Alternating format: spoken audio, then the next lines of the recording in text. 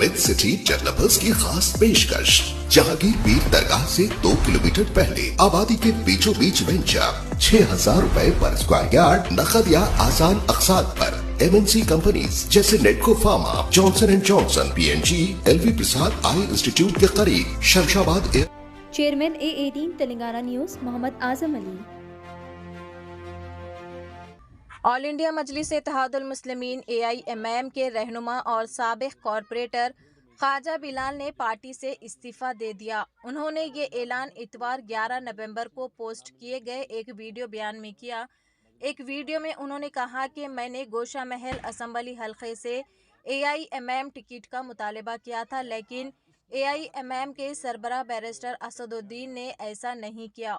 उन्होंने इल्ज़ाम लगाया कि AIMM पार्टी के पास राजा सिंह से निपटने की कोई हिकमत अमली नहीं है, क्योंकि AIMM ने कोई उम्मीदवार खड़ा नहीं किया है।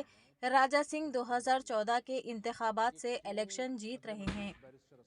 और प्रिंट मीडिया के ज़रिए ये बात की इत्तलात मिल रही थी कि ख्वाजा बिलाल अहमद को गोशा महल की सीट ना मिलने की बुनियाद पर ख्वाजा बिलाल अहमद मजलिस इत्तेहादुल मुस्लिमीन से दस्तबरदारी की जो है गौर व फिक्र में है। इस बात की इत्तलात सोशल मीडिया पर गश्त कर रही थी। मैं आज इसकी वजाहत करने के लिए आपके दरमियान में आया हूँ।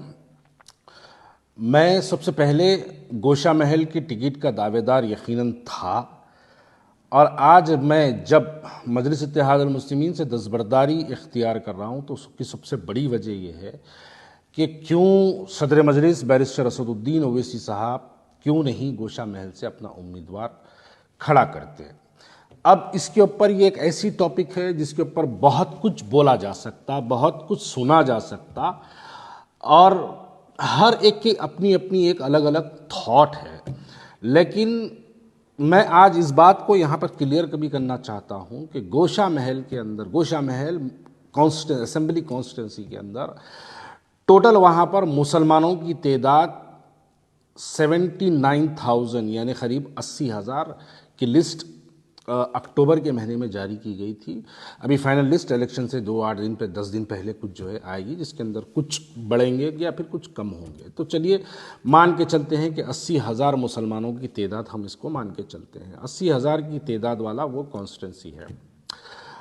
दूसरी बात मैं यहाँ पर यह भी वाज़ेह कर देना चाहता हूँ कि अगर हम माजी में हमारे इंतखाबात को अगर देखेंगे तो मलकपेट जो कॉन्स्टिट्यूंसी है, जहाँ से अहमद बिन अब्दुल्ला बलाला जो पहली मरतबा 2009 में वहाँ से कामयाब हुए थे, वो सिर्फ़ और सिर्फ वो 30,000 वोट लेके कामयाब हुए थे। बाइकल्ला से वारिस पठान जो पहली मरतबा 2014 के इंतखाबात में कामयाब हुए थे, 25,000 वोट लेके MLA बन गए थे। बलाला साहब मैं समझता हूँ 30,800 कुछ वोट थे, वो लेके जो है वो MLA बन गए थे। जो कॉन्स्टिट्यूंसी में 80,000 मुसलमान हमारे हैं, उस 80,000 मुसलमानों की कॉन्स्टिट्यूंसी में हम अपना कैंडिडेट क्यों नहीं खड़ा करते। यहाँ पर मैं पूछना ये चाहता हूँ, मजलिस इत्तेहादुल मुस्लिमीन की फ़ाइनल लिस्ट आ चुकी है। मजलिस इत्तेहादुल मुस्लिमीन जुबली हिल्स से भी जो है अपना एक उम्मीदवार खड़ा करी है, राजेंद्र नगर से भी एक अपना उम्मीदवार खड़ा करी है।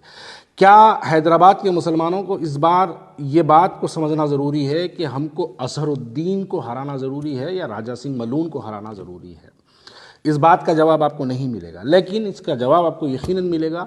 हिकमत अमली समझो कुल हिंद मजलिस इत्तेहादुल मुस्लिमीन की हिकमत अमली के नाम पे मुसलमानों के जज्बात से जो है हमेशा खेला जाता है। जहाँ पर 2009 का जो स्टाइल था मलकपेट पे, जिस अंदाज में मलकपेट